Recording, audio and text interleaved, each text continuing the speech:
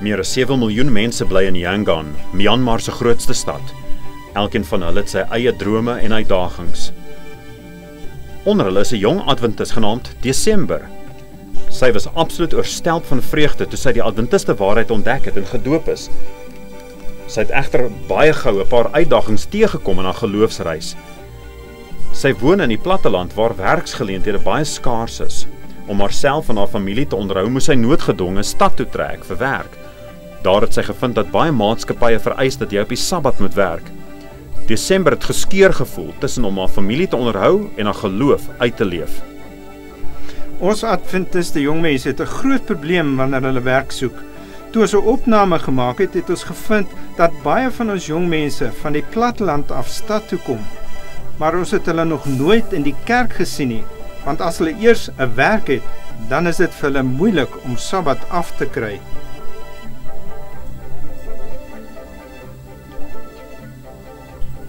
Wanneer mense na hierdie uitdagings kyk, is dit duidelik dat 'n oplossing noodsaaklik is. Meer en meer mense kom stede toe.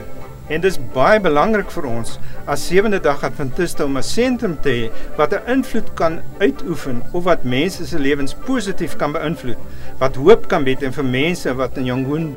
Die sentrum sal jong mense help om werke te vind waar hulle nie op 'n Sabbat hoef te werk nie. Behalwe daarvoor sal die sentrum ook mense oplei en voorberei om sendelinge te wees. En dan sal die stadsmense ook kan kom, net om opregte interaksie met hulle verlosser Jesus Christus te hê. Met hierdie visie en gedagte vra ons vir u ondersteuning in gebed. Bid asseblief vir hierdie projek wat ons in Myanmar Unie sending het. Vir die sukses van die projek en ook vir die sukses om mense na Jesus toe te lei. Hierdie kwartaal sal 'n gedeelte van die 13de Sabbatskool offergawe help om 'n stedelike sentrum van invloed in Yangon, Myanmar op te rig. Hierdie sentrum sal opleiding aanbied vir die jeug en vir nie-gelowiges 'n geleentheid bied om God in 'n transformerende manier te kan ervaar. As hierdie projek werklik kan realiseer, sal die Adventiste jeug 'n beter verhouding kan hê met God. Hulle sal ook terselfdertyd blootgestel word aan die buitewêreld, maar hulle sal ook 'n sterker band hê met hulle kerkfamilie. Dankie vir die ondersteuning van die 13de Sabbatskool offergawe vir Myanmar.